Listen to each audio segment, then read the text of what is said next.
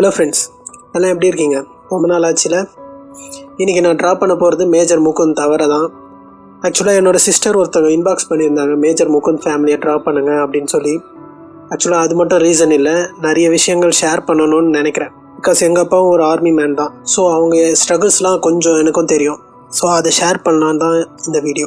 நீங்கள் எல்லாம் மூவியில் பார்த்தது ஒரு 10% கூட இருக்காது. ரியல் லைஃப் ரொம்ப ஸ்ட்ரகிள் தான். ஆர்மிக்குள்ளே போகிறதே ரொம்ப கஷ்டமான விஷயம். எங்கள் அப்பா ரொம்ப கஷ்டப்பட்டு தான் ஆர்மிக்குள்ளே நுழைஞ்சார். நீங்கள் மனசளவுலேயும் உடல் அளவுலேயும் ரொம்ப பக்குவப்படுத்திக்கிட்டால் மட்டும்தான் அங்கே உங்களால் சர்வை பண்ணவே முடியும். எங்கள் அப்பா சர்வீஸில் இருக்கும்போது நிறைய வார்ஸ் நடக்கும். அங்கே குண்டு வீச்சு, இங்கே குண்டு வீச்சுன்ட்டு நியூஸை பார்த்துட்டு எங்கள் அம்மா அழுதுகிட்டே இருப்பாங்க. பிகாஸ் அப்போல்லாம் மொபைல் ஃபோன்ஸ் கிடையாது. ஸோ லெட்டர்ஸ் தான். ஒரு லேண்ட்லைன்லேருந்து எல்லோரும் அவங்க ஃபேமிலிக்கு ஃபோன் பண்ணணும், அந்த மாதிரி தான் இருக்கும். ஸோ டைமிங் தான். அந்த டைம் 5 மினிட்ஸுக்குள்ளே எல்லாருக்கிட்டையும் பேசி முடிச்சாகணும்.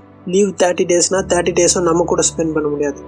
பிகாஸ் வரதுக்கு 4 நாள், போகிறதுக்கு 4 நாள் ட்ரெயின்லேயே போய்டும். பிகாஸ் அவரோட சேலரியில் அப்போது ஃப்ளைட் டிக்கெட்லாம் எடுக்க முடியாது. மிச்சிருக்கிற 22 டேஸும் நம்ம கூட ஸ்பெண்ட் பண்ணுறாரா, நம்மளை ஸ்கூலுக்கு கூப்பிட்டு போய் விடுறாரா? அப்படி கிடையாது.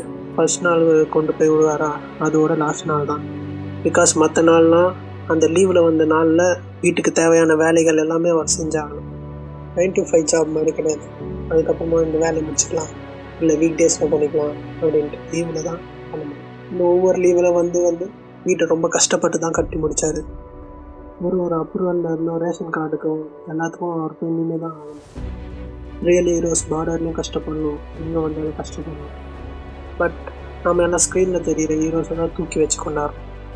லாஸ்ட் 2 வீக்ஸ் முன்னாடி கூட ஒரு மூவி ரிலீஸ்க்கு ஹீரோ வராருன்னு பார்க்க கூட்ட நெரிசலில் சிக்கி ஒரு பொண்ணு இறந்தே போயிட்டாங்க. அவங்கெல்லாம் பார்டரில் கஷ்டப்பட்டு வேலை செய்கிறாங்க நம்ம உயிருக்காக. ஆனால் நம்ம அந்த உயிரை இந்த மாதிரி விஷயங்களுக்காக ஈஸியாக விட்டுருவோம்.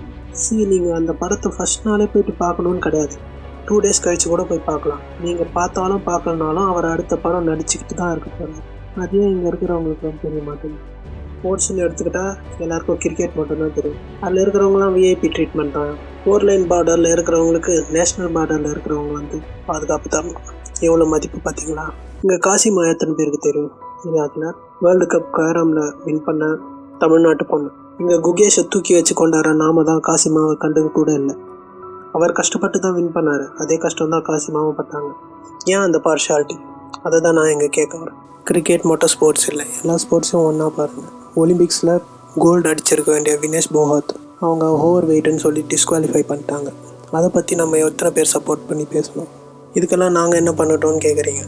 நம்ம ஒரே கேமை சப்போர்ட் பண்ணுறதால தான் இதெல்லாம் நடக்குது. எல்லா கேம்ஸையும் சப்போர்ட் பண்ணுங்கள், எல்லோரையும் ஈக்குவலாக மதிக்க கற்றுக்குங்க. இதை தான் நான் சொல்லணும்னு விரும்பினேன். கடைசியாக வீடியோ முடிக்கிறதுக்கு முன்னாடி ஒரு விஷயம். எத்தனை பேருக்கு இங்கே ஒடிசாவில் ஆர்மி மேஜருக்கும் அவர் ஒய்ஃபுக்கும் நடந்த இஷ்யூ பற்றி தெரியும்?